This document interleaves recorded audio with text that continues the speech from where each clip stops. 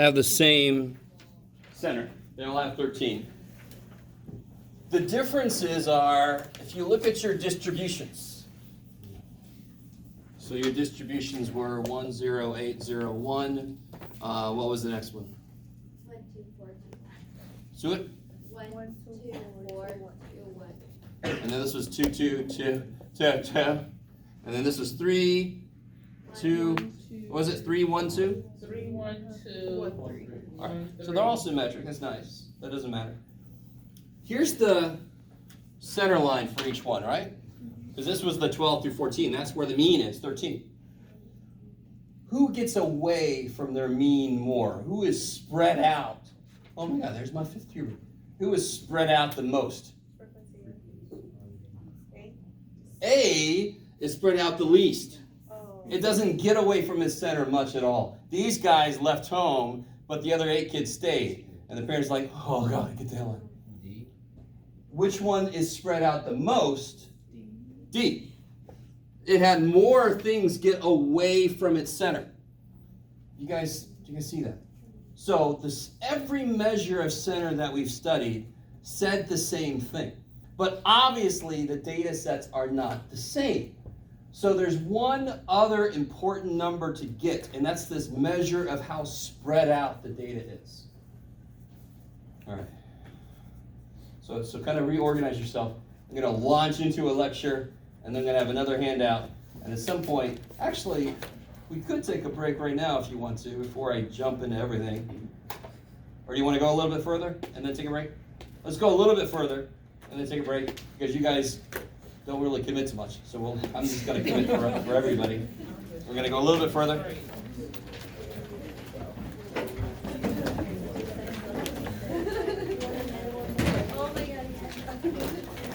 Nobody wants to stay at the new place.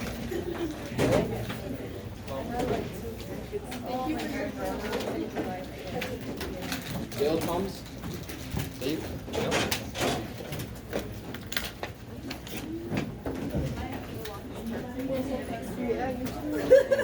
How'd it go? We're about to do it even more.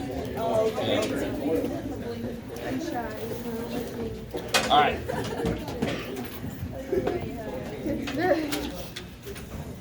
I like that handout because I want you to start to realize the need. I want you to start to realize the need for another number. Everybody, hello? Hi. Hey. Teacher man. Shut up. All right. I like doing that handout with you guys because it's a nice little review of mean, median, mode, mid-range, right? You start to realize they're all 13, okay, you kind of get over that. I like it also because I want you to see the motivation as to why it's important to have another thing to describe data, not just where the center is. I also want to know how spread out the data is. So, for example, do you guys know about Rate My Professors, right? Yeah. Of course you do. Right? Go on there, try to find the easiest ones. They don't learn shit. All right, whatever. There's another website that you got to pay a little bit of money for, which I'm thankful for, but it'll tell you grade distributions of all the professors. Oh shit. So let's say you have 2 professors, and they are exactly the same in terms of Rate My Professor and everything else. They're exactly the same. You with me so far? You're trying to figure out which one is the better one to take. And you go to this other website, and you see that they both give an average of C, right? But as one professor has a spread of grades from D to B. Everybody with me? So they give everywhere from D up to B. And this other professor gives everywhere from F up to A.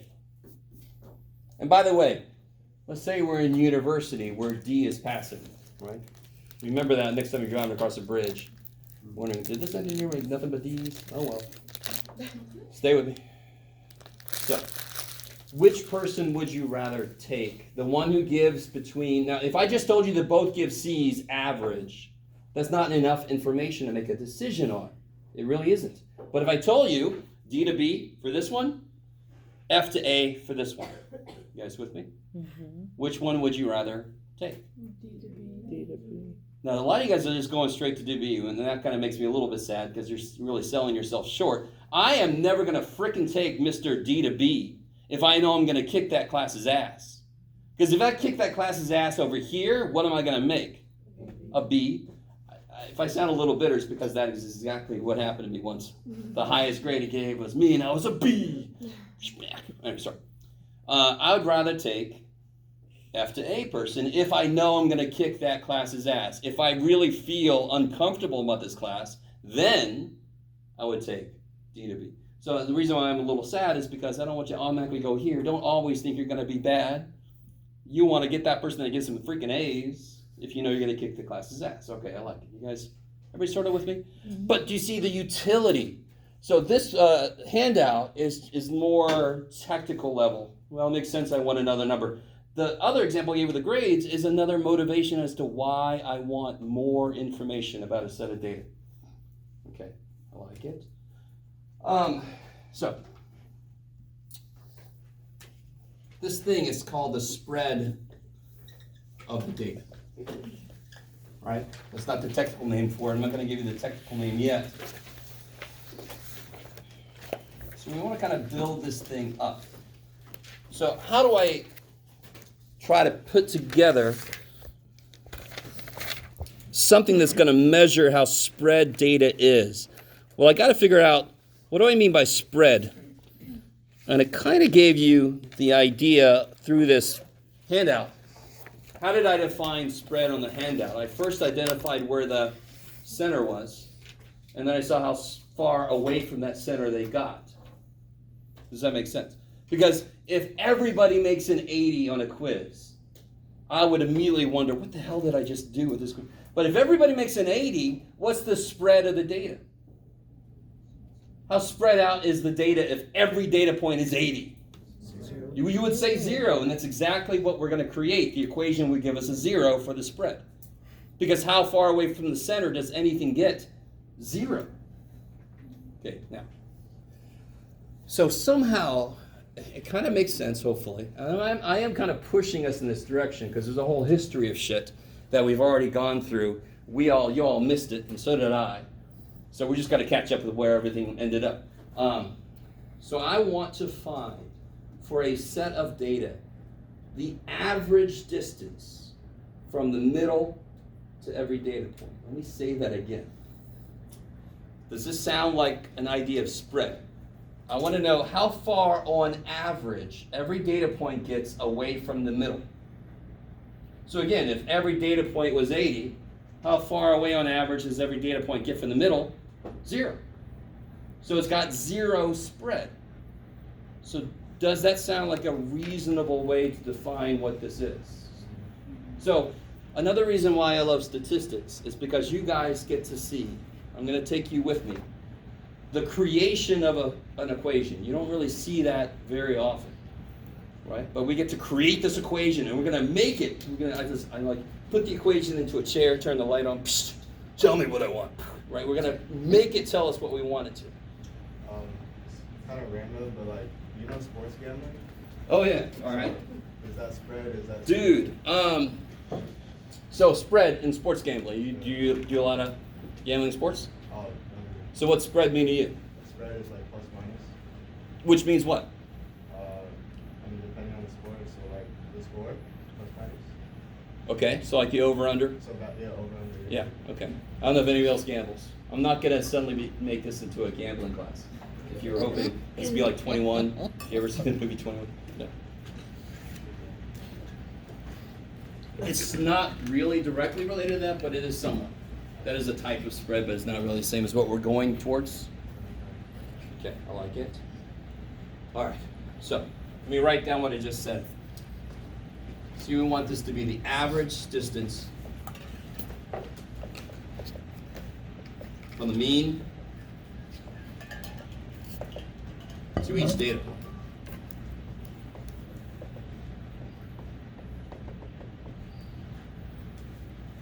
The reason why it's important to start with what we want this to tell us is because then that tells us how to set up the equation. Okay. So let me give us some data to work with. Let me give us a smaller set of data that want to, well, you guys want to work with one of these? Yeah, sure, why not? Let's work with one of these. Let's do group B. I like it.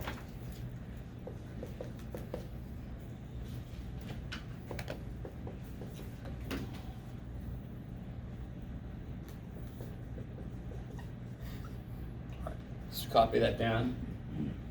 By the way, you guys notice, if I had nothing but 13s, if I had 10 13s, what's the average of that? 13. If I take this down by 7 and take this up by 7, won't the average still be 13? You guys see that's group A? And then it just did that same shit over and over and over. That's why it's symmetric, because it was easy to make sure the means are the same. If I take something down and take something else up the same amount, the mean is the same. Okay, sorry. Go. Now watch. Stay with me. There's always a reason I'm saying what I'm saying. If I want to know the average age in this classroom, what would I first have to get? A list of ages, right? That makes sense. If I wanted to know the average shoe size, I got to get a list of, that's crazy. Average dog age in a pound. I have to first get the list of all the dogs' ages. Are you with me? Mm-hmm. So if I want the average distance from the mean, I better first get a list of distances from the mean. Does that make sense? It better, because you guys just got 3 of those in a row right, so it's got to be the same idea. It's how I get the average of anything is I first have to have a list of those things, because then I can add them up and do shit. Okay? So, how far away from the mean is 6?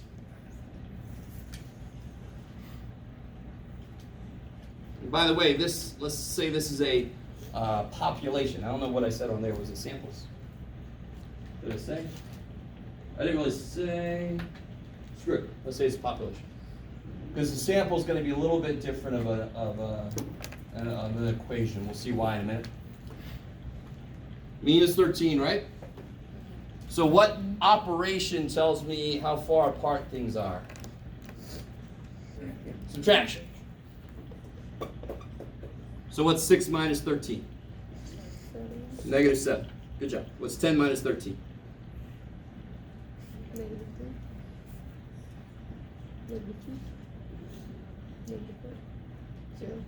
And since it's symmetric, it's going to go back up. Get out of there. 1, 2, 3, 7. Now, the one bad thing about this being symmetric, which is why I hesitated on doing one of these, but I figure maybe somebody out there is curious about these stupid things we just worked with. What are they? This is sort of arbitrary. What do these add up to be? Shouldn't take you any time. If you add all these up, you get 0. Even if it wasn't symmetric, you will get equal parts negative as opposed to positive. This would always add up to 0. Why does that desperately suck? Because if I take that, how do I get the average? Add them all up and divide by who cares? Because if I add them up and always get 0, the answer is always 0. Thanks, Jeff. Way to take us down this path, man. Every standard deviation is 0. How useful is that? It's bullshit. And why? So what's the main problem here then? The fact that some of these are negative. Now, we're going to discount this first thing. What's one way to get rid of negatives? What's the mathematical idea that always makes something positive? I love you guys. If you multiply by -1, a positive becomes a negative. I want something whose answer is always positive.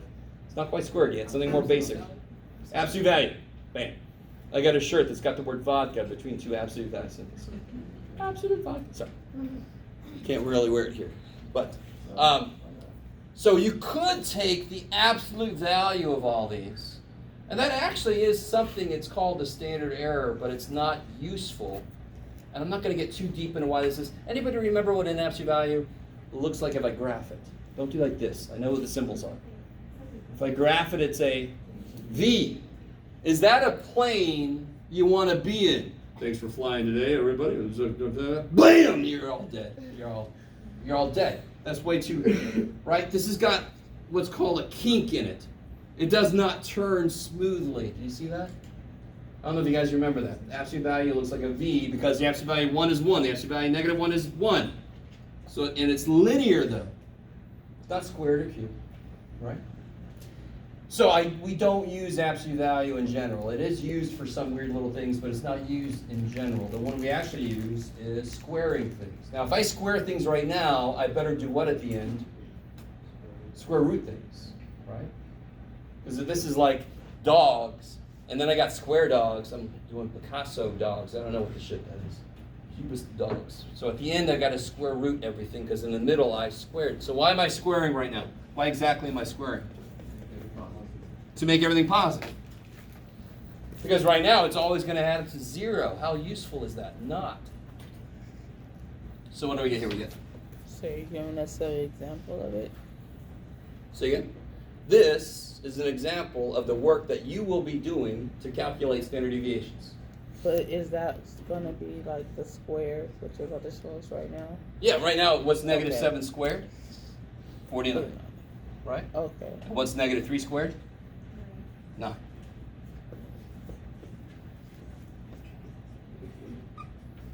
All right. Maybe. Couple more steps, guys, and we'll take a break. Now, let's see. So the average distance, we're going to make a concession. We're going to get like the average square distance. Are you guys with me? So in the middle of this work, we realized, oh shit, these negatives. Absolute value is a little freaky. Let's square things. And again, what's a square look like? X squared if I graph it. Yeah, everybody, welcome to the plane. We got to take a turn. Okay, we're all still alive. Fantastic. All right. And I know that's silly, the plane idea, but that actually is it's a very mathematical. This is a hard term. You are all dead. This is a nice term. You're all alive. Maybe a little scared, but you're alive. So again, I need a list of distances to get the average distance. Oh shit.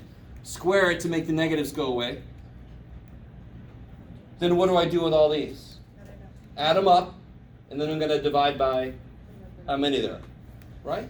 So I got a list of, I know I had to add a little square. I got a list of all the stuff I want to get an average for, so now I can do the average. I can just add them up and divide by how many there are. So what's that formula going to look like?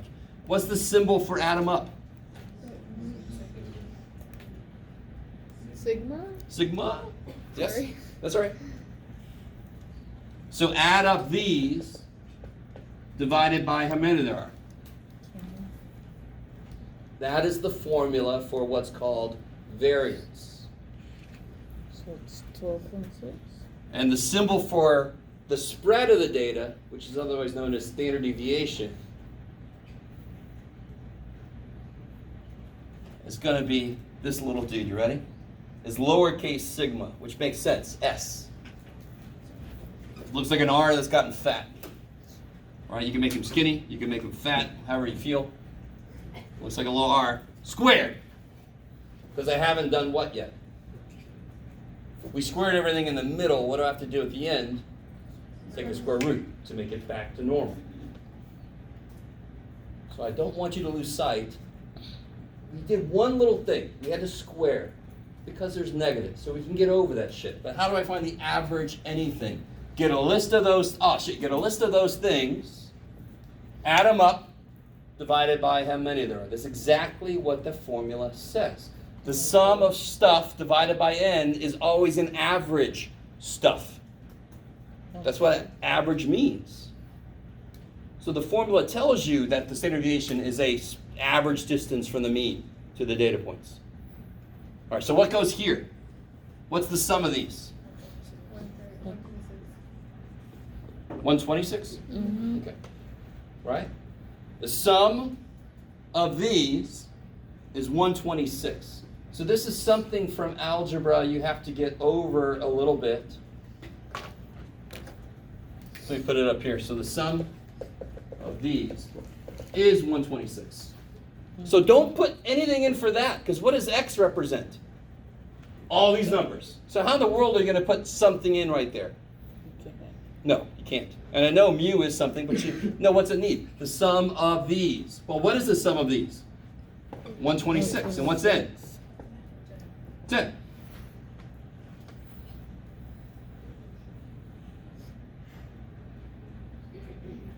And then that, of course, that's nice. Just move the decimal back once. 12.6. That's the variance. So what's the standard deviation, which is another name for the spread of the data? Standard deviation is when I take a square root. Is that cool? Because if I square root both sides, the square dies. Yay. Deal the square. And whatever the hell that is. 158.76. Say it one more time. 158.76. Whoa, no, not squared, square root. Oh, 3.54. I think the wrong one. 478. Sorry, it's 3.54. No, 3.549647. Oh, no, help me. 3.5, Yeah. 4, 9, 9, 6, 6. 4. Shit, okay. So always round it to 3 decimal places. Does everybody see how I rounded that? Are you guys cool with how that rounded? This is either 49 or 50, and since that's 6, it goes to 50. Okay. So standard deviation must always be at least 3 decimal places. So, like a 9 and a 6 is always goes up. Yeah, so if it would have been 3.54, well, even if it would have been, well, yeah, if it would have been this, how would I have rounded that? To 1. How would I round that to 3 decimal places? You're down.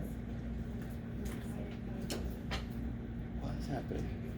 So 549, the next number's a 1. Do I make it 550 or keep it at 549?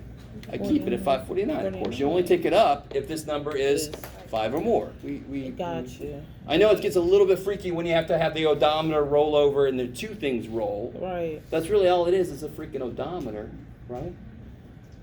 So that's a 9. This is going to either stay 49 or it's become 50. In this case, it had to become 50 because that's 5 or more. All right. So let's do this. Let's take a break. When you come back, I've got a handout. One side is the completely worked out problem, including other questions I like to ask. And the other side is one for you guys to do. Okay, so let's take a break. Come back at 10 till 11. Not 10 till 12. 10 till 11, yeah.